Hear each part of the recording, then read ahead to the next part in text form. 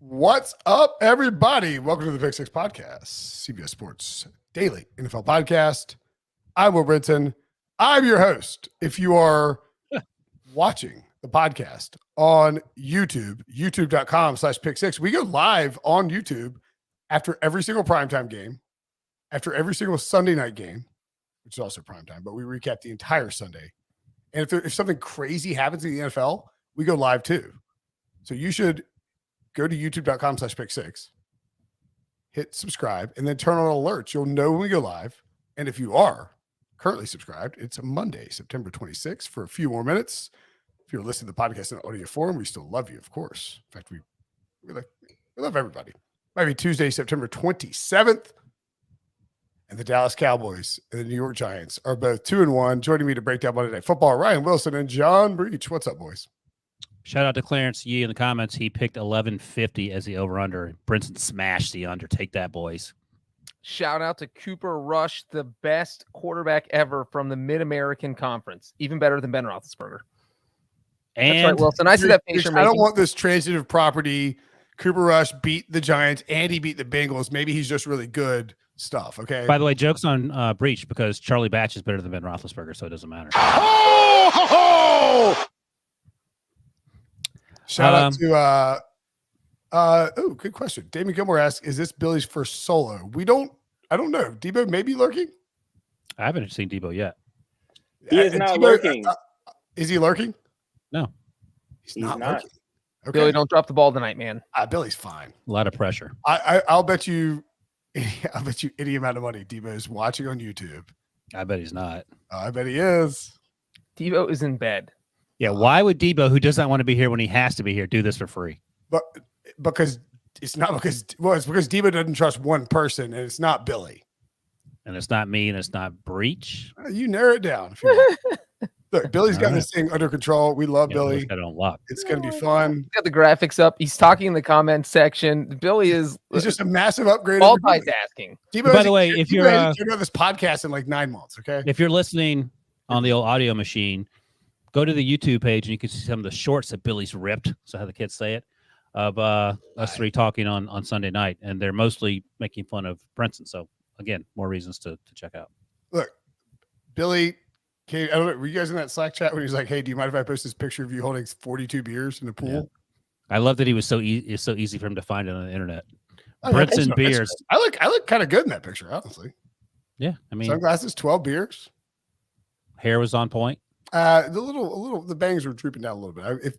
I was going to ask. Can I say that probably every 2 or 3 days I just catch myself laughing because Stu in the comments said last week that you had Nana's hair. That was one of the best comments in Pick Six podcast history. Let's see. Just dunking on Nana. Yeah. See. All right. Hey, Billy, we're gonna test your comment prowess. K-Tide12 points out in the comments, this is what happens when you switch in an Eagles fan for a Vikings fan like Debo. Immediate upgrade. We get this Vikings fan Debo out of here. This Colts Washington football team, Carson Wentz, Vikings fan Debo, he gone.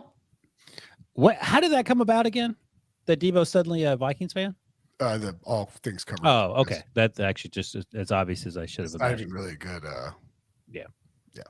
I just like the idea that I like the idea that Debo has to leave the podcast thinking that I'm an Eagles fan, which I am.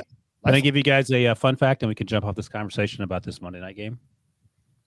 Daniel Jones was pressured 26 times, the most in his career. And this is a career, by the way, where that man has been running for his life. That's the most in his career. I mean, nothing. 26? How many snaps do they have? Sorry for yelling. They had 67 snaps. So I don't know the math on that. It's less than 1 in 3. He was running for his life. Wait, how many pressures? 26 times he was pressured.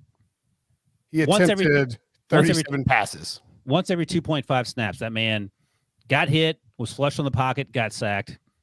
And he played well, I should say. All right, go ahead. Well, I was going to say, let's talk about the football game. His numbers are terrible. The team lost. Every time he threw the ball, except for like 2 or 3 times, you thought, oh my God, this could be an interception. But to your point, Ryan, I don't entirely blame him because the Cowboys were just getting after him. It felt like he had very little time and he was throwing off weird platforms. And every time the ball left his hand, it felt like it was going to be a pick. DeMarcus Lawrence, 3 sacks tonight, 3 sacks in all of 2020. Evan Neal probably not going to win Offensive Rookie of the Year. Yeah, boy. Yeah, boy. I mean, I like Icky better than Evan. It doesn't matter. Both those Icky and Evan are both going to be fine. But Pete was like, Icky's going to have to play guard. Evan Neal is exactly who you want. But I think the lesson is that rookie seasons, freshman years, whatever, they're hard for just about everybody. Andrew Thomas didn't have a great rookie year. He's much better now. He's morphed into a very good player. Like it is Daniel Jones now 0-9 in primetime with 13 touchdowns, 16 turnovers, and 29 sacks. Breech, why don't you make new Andy Dalton? Say it. The new. I was going to say, why don't you make the case? Because the first thing that comes to mind when DJ plays isn't that he's Andy Dalton in primetime, is that he has nothing around him. And by the way, it feels like the script is sort of flipped on Daniel Jones under Brian Dable in that he is no longer the primary problem on this team. They were 2-0 coming to the game, so they were doing pretty well.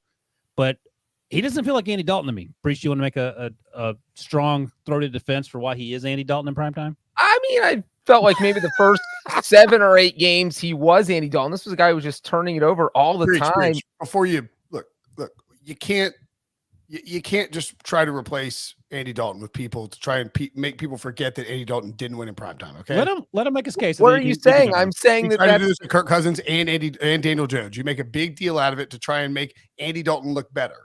That makes him look worse. I'm saying they're the next Andy Dalton. The guy who's 0-9 is the next Andy Dalton of prime time, Brinson. How is that in any way a compliment to Andy Dalton?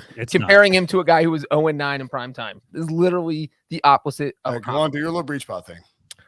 Anyway, no. Yoda bot. Daniel Jones has had some bad primetime games, but this absolutely wasn't one of them. It's not his fault that his offensive line just got overwhelmed and overpowered and destroyed. It's not his fault that Kenny Golladay can't catch and that Sterling Shepard's letting balls fall out of his hands. It's not his fault that the refs throw weird OPI flags on huge gains. I mean, except for, and the interception wasn't even his fault because his receiver slipped. So, like, I thought this was one of the better full games I've seen Daniel Jones play. And why Brinson gets finished laughing. And I will mention that Saquon Barkley had his best game in 2 years as well. All right, I was going to ask a Saquon question. I'm sorry, I'm laughing. I mean, what's wrong with you? You think that was one of the better full games you've seen Daniel Jones play? I agree. I've only seen like 10 games from him. That was in the top 10. Listen, when he remember his is that an indictment of the Giants' offensive line or Daniel Jones? That was an indictment of Joe Judge prior to Brian Dable taking over. And don't forget, like when Daniel Jones that first start he got his rookie season against Tennessee, whoever he beat the Bucs. We had that crazy run down the middle. He lit them up, and everyone's like, "See, told you, Daniel Jones is going to work out." And then things cratered from there. I don't think Breech is far off at all. He hasn't had a lot of memorable games. I mean, counterpoint, he completed 81% of his passes 2 weeks ago and threw 2 touchdowns and 1 interception. Well, and he had some huge games with Pat Shurmur in 2019, but like all of that was out the window once Joe Judge got hired. So really it's just he just kind of fell off the radar. It just I know what you're saying here in that he was more protective of the ball. He was taking hits all night. There was a couple times where I'm like, oh my God, he's going to fumble. And he didn't fumble. Right. Because it seems like he finally has turned the corner there.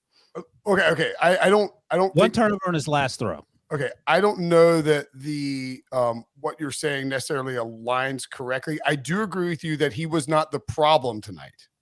He didn't play poorly tonight. I don't understand what angle you're coming at here.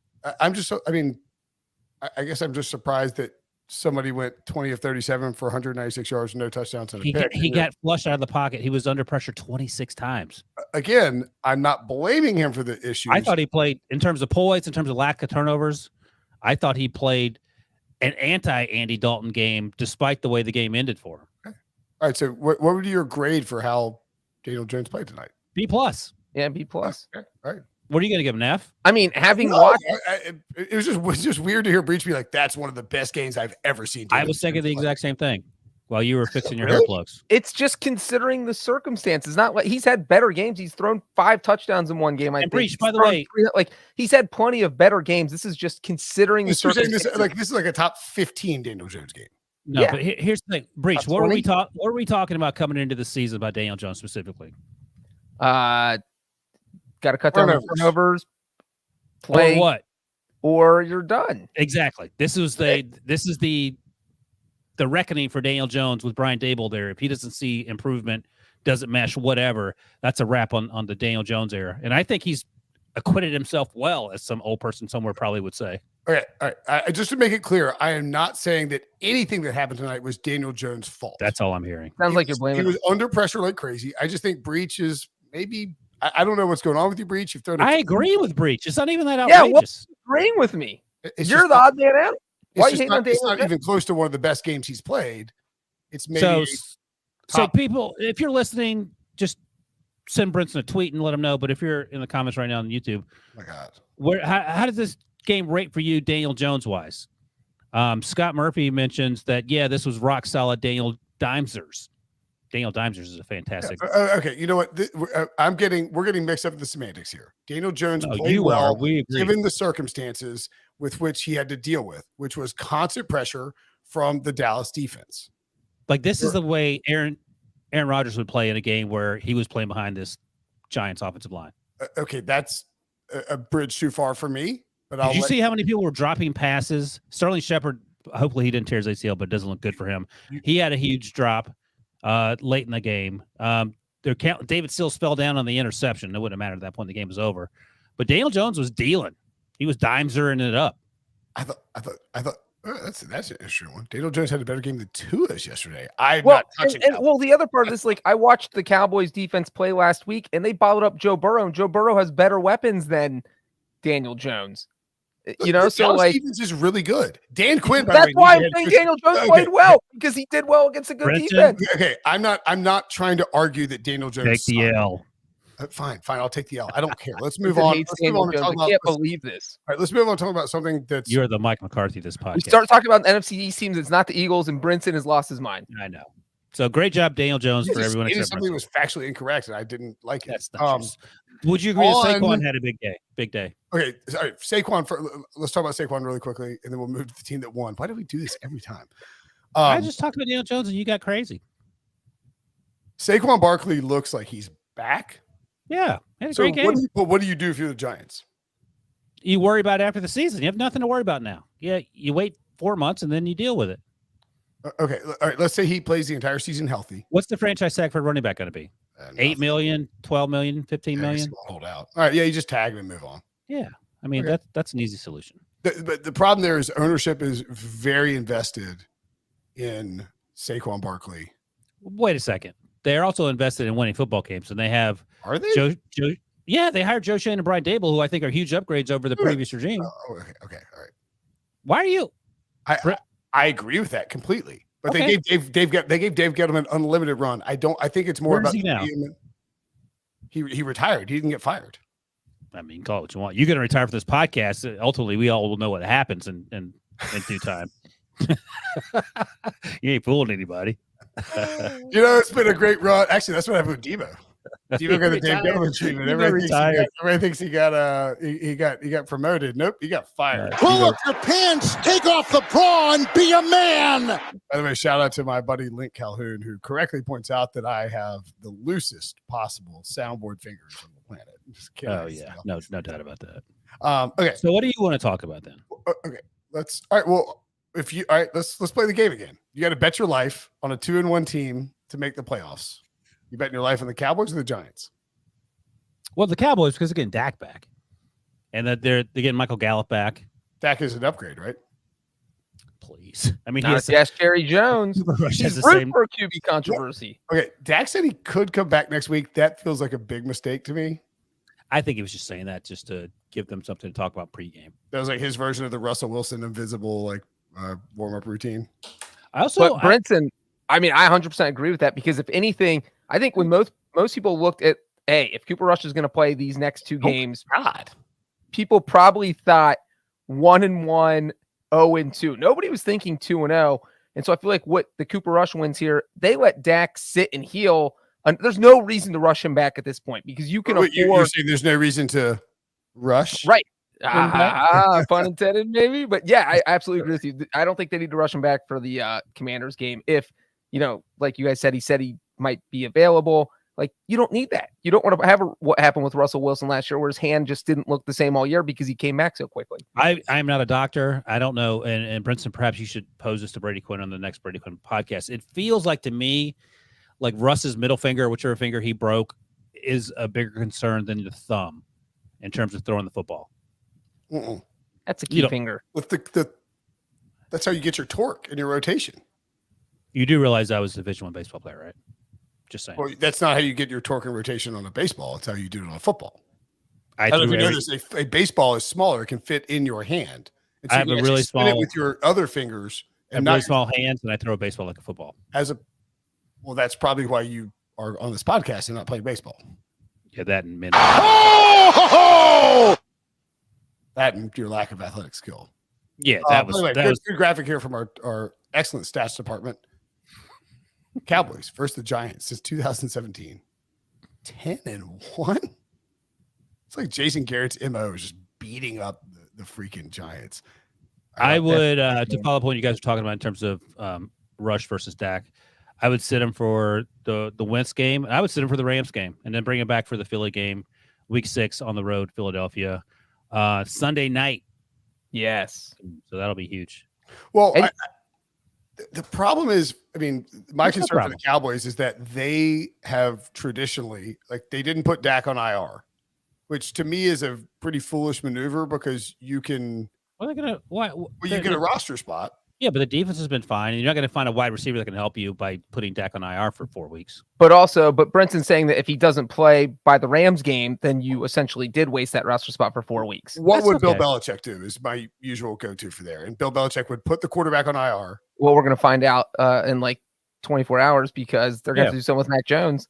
Yeah, but they're 2-1. They're going to be 3-1 most likely. Three NFC East teams are currently in the playoffs, by the way. Yeah, but if they're 3-1 after the Washington game, then that was a gamble worth taking.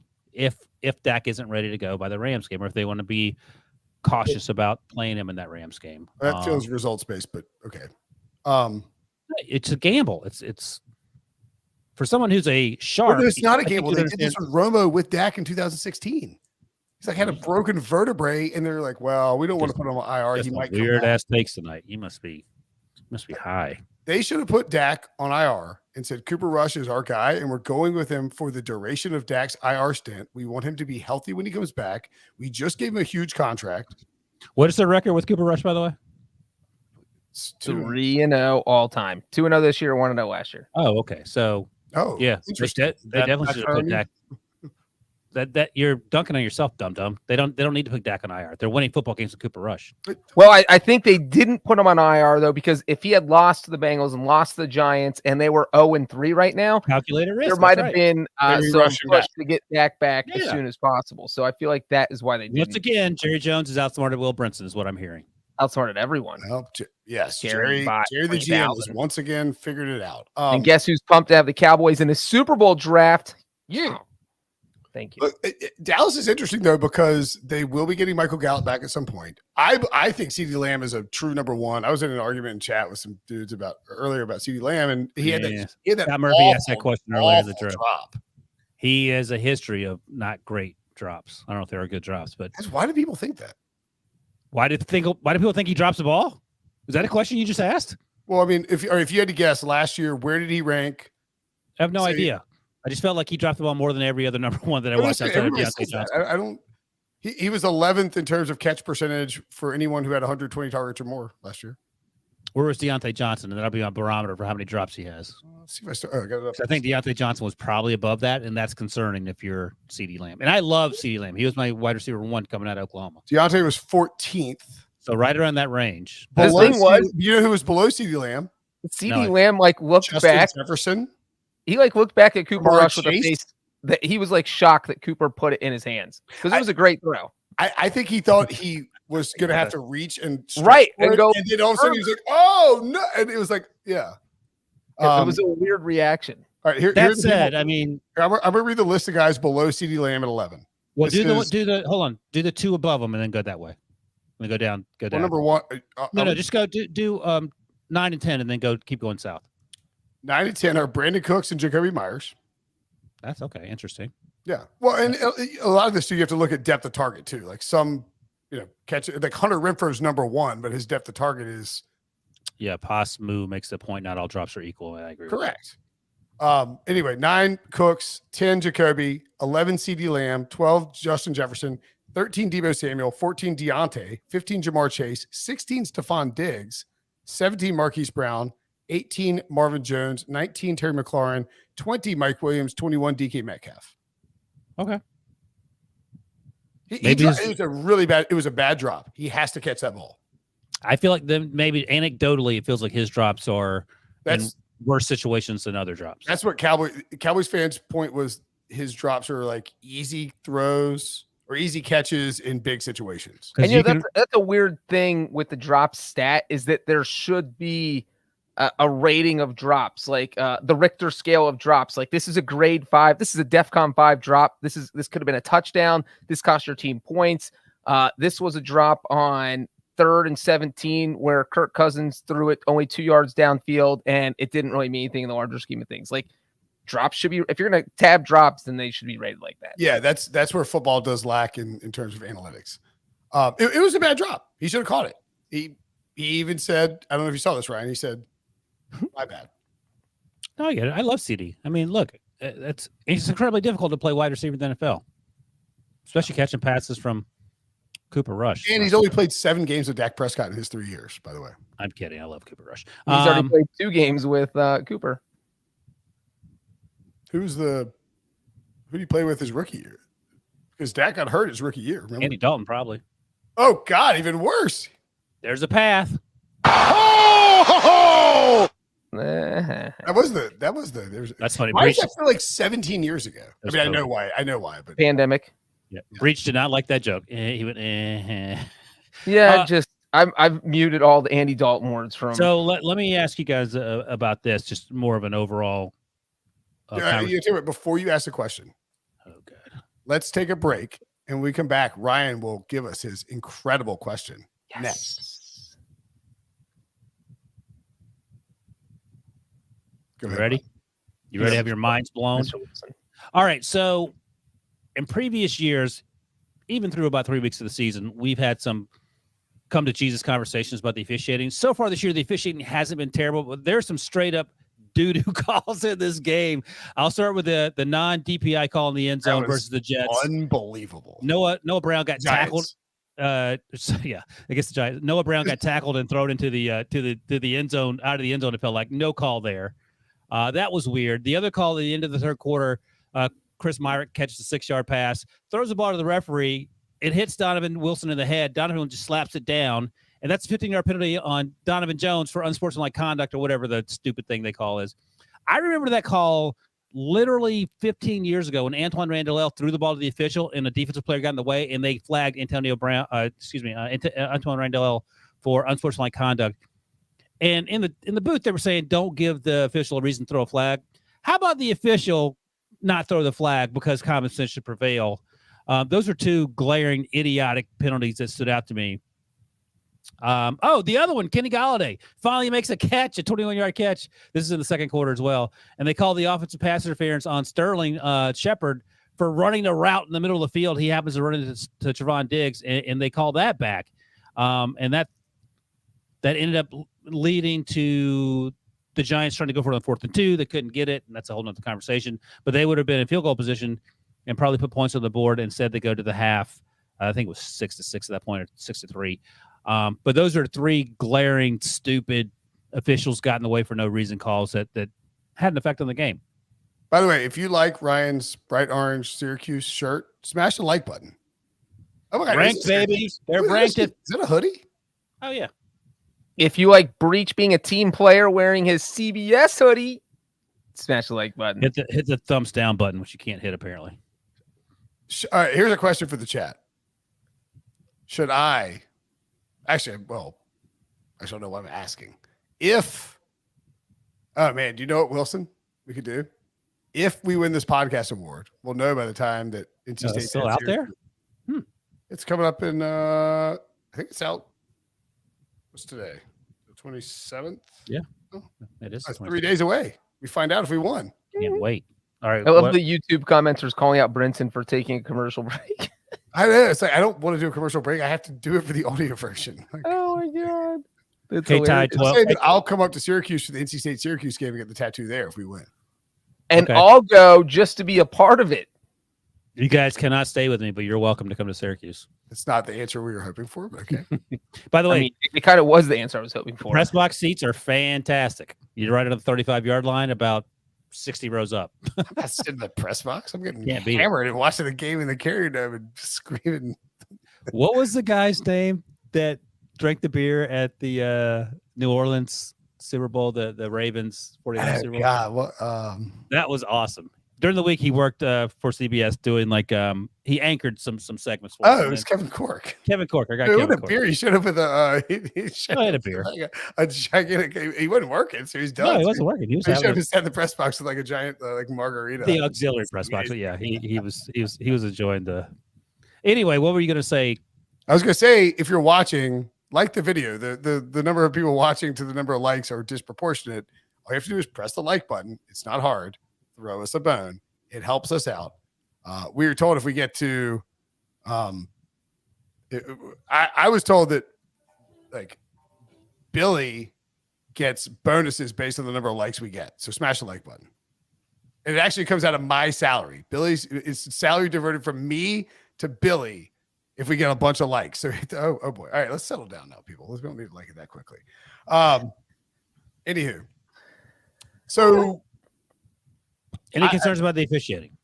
yeah, I think that I do think that the officiating has been through 3 weeks the best it's been. I remember in like the last 5 to 10 years in terms of overall, like mostly non-egregious mistakes. And that could be an anecdotal thing where there's just not a bunch of stuff happening in the primetime games.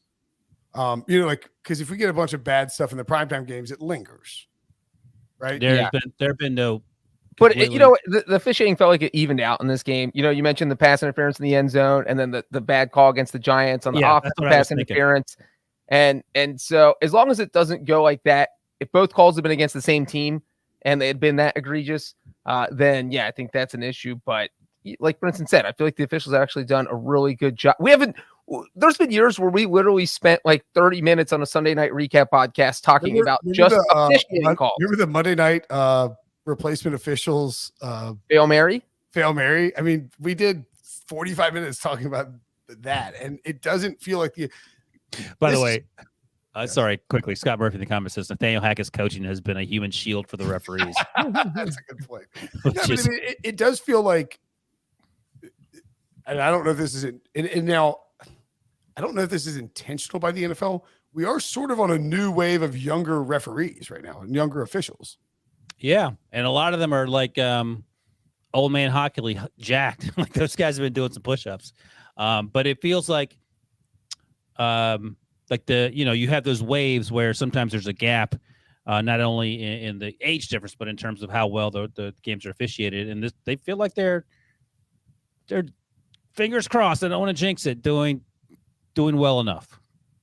Now, you actually said on Twitter, I'm not sure which call you're talking about, Brinson, but the New York should have made the change. Were you talking about the pass interference on calling Scott Shepard? Were you talking about you New York should have made the change. What do you mean? there was some officiating call that you weren't happy about on the Monday night game. Based on your I tweet. think it was probably the one where the guy got like corralled in the end zone. Oh, that one. Okay. All right. That was No. It was the there was one where I conduct. said the NFL should jump in. It was Yeah. You don't even know. You tweet so much, you don't even know what you're tweeting about. I really don't tweet that much. But I mean, again, you ask me things that I don't. Okay, hold on. I ask you things that you said that you don't know that you said. I mean, you're the okay. Anyway, It's not like I was asking what this. starts. One is an underdog. Can you name the three quarterbacks? What'd you say? What's the question? Can you name the three quarterbacks who won their first three career starts all as an underdog?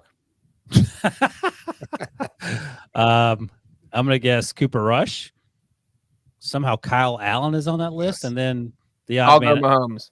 Yeah, the odd man out is Patrick Mahomes, which is crazy. Like, which one of these doesn't belong is not Kyle Allen. Oh, I know which one I was talking about. It was the Sterling Shepard offensive pass interference call where he was like taking off a defensive back and just like turned and tried to jump out of the way and got called for a pick. That one was pretty bad. Yeah, that's one of the ones I mentioned earlier. I thought you weren't paying attention. You asked me which call I was talking about, and I just told you. You just remembered. Okay. No, I had to go and think about it. Yes. Where Yes. I mean, like, I agree with Breech's point, though. It evened out mostly in this game. I'm laughing because at one point late in the telecast, there was a shot of this Giants fan who has a shaved head and painted himself to look like one of the guys in the Blue Man Group. And Chris Long just tweeted out the same exact thought that I had. And Chris Long said, I like to think about this guy calmly sitting in traffic on the ride home. Because at this point, the game was decided. He looks like Blue Man Group with a red stripe from his chin all the way to the back of his head. And then New York paint on the side of his head. I'm thinking, all right, well, like, where does he take the makeup off? Is it in the parking lot outside of MetLife? Does he just leave it on the bus ride home? Does he get on the train to back to wherever he's going and look like that? Or like what's going on there? But there was a guy and this guy, same sort of thing. He not only painted his entire head blue, he painted a pretty spot on red stripe down the middle of his face. And then even did the Giants logo on the side to make it look like a Giants helmet. And you go there and just take the L. Like that has to be, he's a middle-aged man. It's like Putty putting on the Devil's paint before the game. You're like, and if you're watching on YouTube, you can see the picture there. Billy just put it up. And that guy has the look of, what have I done? I got to figure out the next 3 hours of my life without anyone seeing me. Like, he would look idiotic if you put a hat on. Like, there's nothing he can do. You have to go, I think, in the bathroom and just wash it off. But then you also look like a deranged clown if you don't get all the makeup off. So there's a lot of ways this can go wrong. Very few ways can go right, I feel like. But what about option 3? What if he never takes it off? He just lives like that. Maybe it's a tattoo, in which case, problem solved. There's a guy, and I know that people don't care about NC State, but it's relevant here. There's a guy who came to the NC State UConn game on Saturday. UConn was a 38.5-point underdog in Raleigh. And this guy painted half of his face blue and half of his face white. And they're just getting, like, they're down 30-0 at halftime. They just keep cutting this guy. It's like, did you really think this was going to go well for you? Like, you couldn't just wear like a blue polo or a blue t-shirt and go to the game. You had to go half with the face paint. I just, I don't get the face painting thing after the age of, like, college. Okay, fine. I don't care. After the age of like 23, I'll give you a couple of years. If you're jerking around in college, it takes you a couple of years to graduate. After the age of 23, I don't know if you should be wearing face paint. Like, did any of the Breeches wear face paint to the Super Bowl, Breech? Well, I mean, like, when you see the face paint booth at the state fair, there's not 35-year-olds lined up to get their face painted. Typically, no. It's people under the age of 10. So right. You're right. Yeah, I would say there's should be an age limit. I don't know what it is. And again, if you're listening to the podcast, let's make the age limit 47. You need to see the picture of this guy because it's not just like, okay, your face is painted. Someone had to do it's really difficult to paint a thin red stripe down someone's scalp. It's got a forehead, their nose, their mouth, and then they're underneath their chin. And this ain't a half-ass job. This is a high-gloss job. Like, this guy. But I do feel like sometimes you have to give people a pass because maybe that guy started painting his face in like 2007 and they won the Super Bowl. So he's like, oh, now I got to do this every week for the rest of the time. We don't know. Maybe we need to find out the story. I just love that this guy has a great realization late in the fourth quarter that he has made a terrible mistake. I hope he listens to the podcast. That's what I hope. Okay. Maybe it's Sean. What I feel like we haven't really addressed anything about the game. We've talked about Daniel Jones. Yeah. Cooper Rush, we've said I think he should start the next two games if Dak isn't ready. I would keep playing Cooper Rush as long as humanly possible. And by the way, they had similar stats, he and Daniel Jones, through about the third quarter that things started opening up. But they leaned on Zeke. They leaned on Tony Pollard, who had a great game. CeeDee Lamb, when he catches the ball, is obviously very, very potent. And most importantly, the defense was absolutely demolishing the Giants' offensive line. So I think Micah Parsons. Did I mention the Dan Quinn thing? Well, I don't know which part. He needs a head. Somebody should hire him next year. Like he went to a Super Bowl and almost beat the. I would take Patriots. Dan Quinn as the Steelers offensive coordinator right now. Somebody asked if you would take Trubisky or no, Nagy and Trubisky as the offensive coordinator, co-offensive coordinators. I meant Trubisky, he's the quarterback.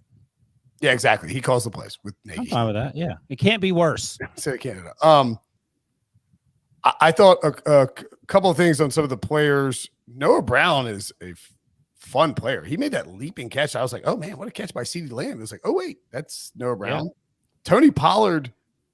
Good. Give him more touches. My goodness. And I thought Zeke Elliott looked. I know he didn't have like a monster game, but I thought he looked about as explosive as he'd looked in the last little bit. The Giants are very susceptible to the run because of their linebacking situation. We saw that with Pollard and Zeke. Jason Peters was a huge help early, like in I think around the second quarter when Pollard popped that first big run, maybe 46 yards. So they got the Giants got Kayvon back for the first time, and Azeez Ojulari, and I don't remember them sticking out at any point in the game. And I'm looking right now. Kayvon had one play on a third down, maybe, and it was one tackle for Kayvon and one assisted tackle for Ojulari, according to the official stats. So not impactful nights for those guys. That doesn't mean it won't be, but just in terms of what I thought could help be a difference maker. By the way, the total punts this game's 7. Again, last night was the Broncos punter punted 10 times. I mean, geez, that game is still haunting me. Yeah. All right. So the Cowboys awesome. have the Commanders at home. Oh, I can't believe I actually called them the name. They have put $5 in the jar, Brinson. I know the rules. They have the Commanders at home next week. It's $10 now. At the Rams. Again, you start Cooper Rush there, and then you bring it back. The Eagles. That's when you bring it back. But I mean, the 3-2 worst case, I feel like. But I think if you get through that Eagles game with Cooper Rush, you're Lions at home, Bears at home. Here's the thing: I don't know where Dak is, but I don't. If I'm the Cowboys, I am trying because if you beat the Commanders and split with the Rams and Eagles, give Dak time to get healthy so he doesn't come back and lay that clunker that he might lay.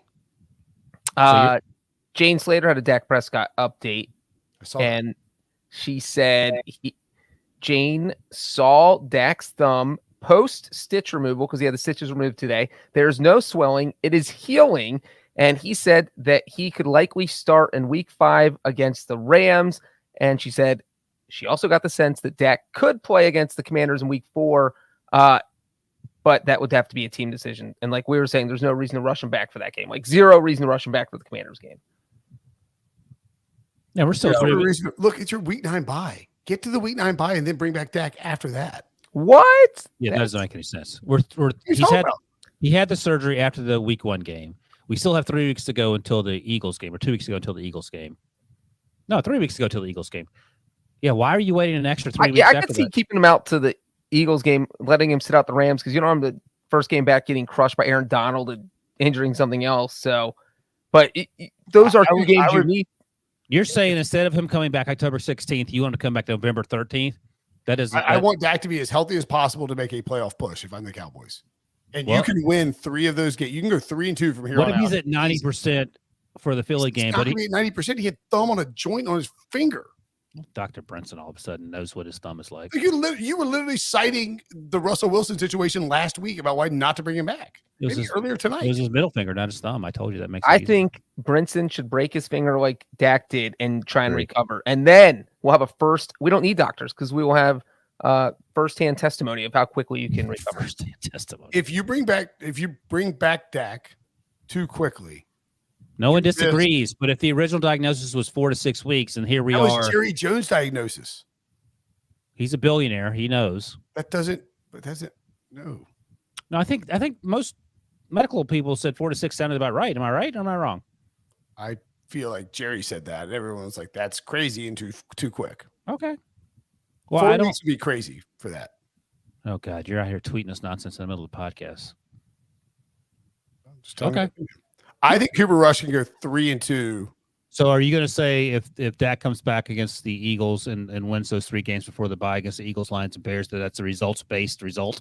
No, I'll take that L on the chin. All right, looking forward to that. If Dak comes back against the Eagles and they go 1-2 against the Eagles, Lions, and Bears, I will be boisterous.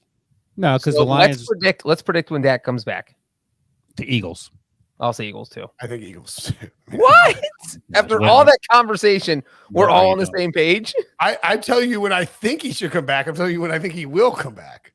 Jerry Jones is out there saying, I mean, I'd love for Cooper Rush to create a controversy. That'd be great. It's like, okay, Jerry, you're not doing anybody any favor. He's paid Dak his money and he's rushing Dak back.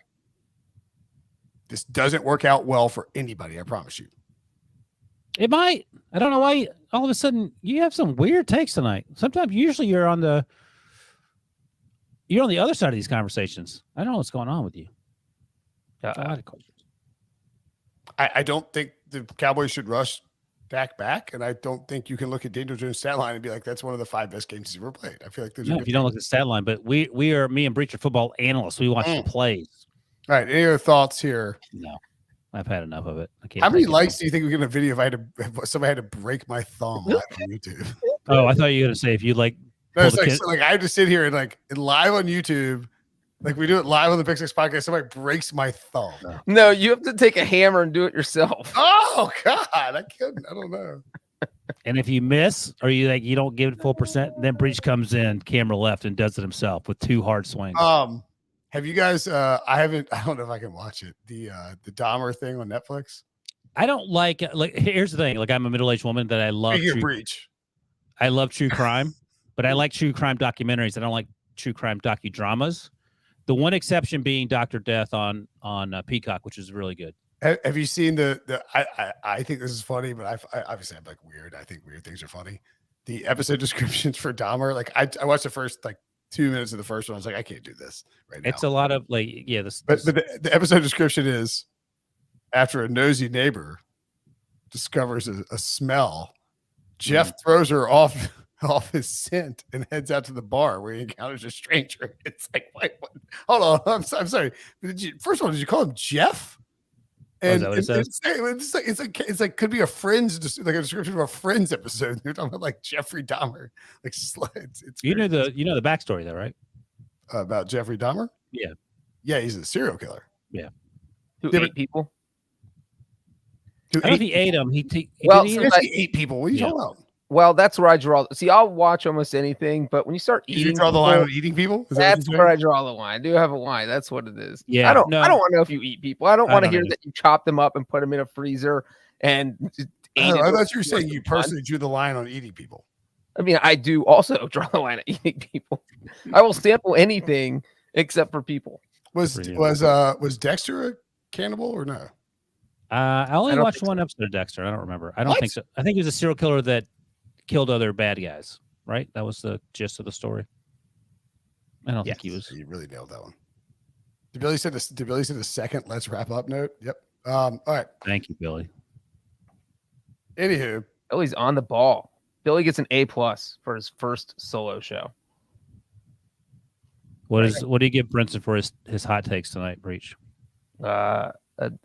C. Oh, that's very nice. Had to think about that. Breech, this your wheelhouse. Any discussion on McCarthy's choice not to kick the field goal in the second half? And Billy thought he was getting out of here on time. That's good. Look, that's a good question. Where? On the field. On McCarthy's choice not to kick the field goal? I thought he did kick the field goal. He went for it on 1 4th down that he Well, got. he kicked the field goal on 4th and 1. So I'm not like I'm just Did they asking punt from? what specific spot are we talking about? You actually Breech is maybe locked in here. So Dude, it's a field goal question. Of course I know. so 4th That's and when 4. they took the penalty. That's when they took the penalty. I guess they tried to draw them outside. They're in punting formation. Didn't end up punting the ball. Took the penalty. Oh, they got the first and down. then Oh, no. they declined it. Then the Giants declined the penalty, and then they eventually had to punt the ball and ended up in the end zone. Oh, I don't remember that. I do know. I did make a note that on 4th Well, and 4. That was around the 2-minute warning, and that was That wasn't the from midfield. Though. That was from like their own 25, right? yeah. I don't No. think the only No, they're around Weird midfield. decision was not weird, not even weird decision. The only thing this question would relate to, I think, is the 4th and 1 that the Cowboys had at the Giants 26. Because it was 4th and 1, you're trying to milk down the clock. There were 6 minutes left. So do you try and get the first down and try and run off more clock, or do you attempt a 44-yard field goal and try to go up 2 scores? That is probably it. I will say one thing, when you watch the Manning cast, and I like watching the Manning cast, I feel like you do lose a little bit of the. That's why I can't watch it. Like I can't. Yeah, and it sucks now too, because it's like if you watch the Manning cast, which I love the Manning cast, but you're losing the. You're no longer. If this weren't losing my job, I would only. You're not losing like Tess and Bug. You're losing like Buck and Aikman, who were very good at it. If this wasn't my job, I would watch the Manicast. But I need to sort of figure out what's going on and when it's going on, and not just have a conversation with some buddies. And the Tracy Morgan stuff was outrageous. Yeah, I didn't watch it because I have a job to do. Just saying. Same. All right, 23-16, Cowboys beat the Giants. They're both 2-1. Next game, Thursday night. Bengals, Miami, Dolphins. Cincinnati. Miami versus Cincinnati. Has that line creeped up to 4 yet? Well, good news is Tua only has a back and an ankle, so he should be good to go. It's fine, but he's got a back and an ankle. Breech, what's your score prediction? Because we won't. 3.5. See you until then, Lord willing. For Bengals, Dolphins. Yeah. Quickly. 34. Quickly, we're getting out of here. 34-27 Bengals. Sweet mercy. Hit the over. All right. That's it. Thanks for watching. Thanks for listening. For Breech. For Wilson. I'm Brinson. We'll see you guys later.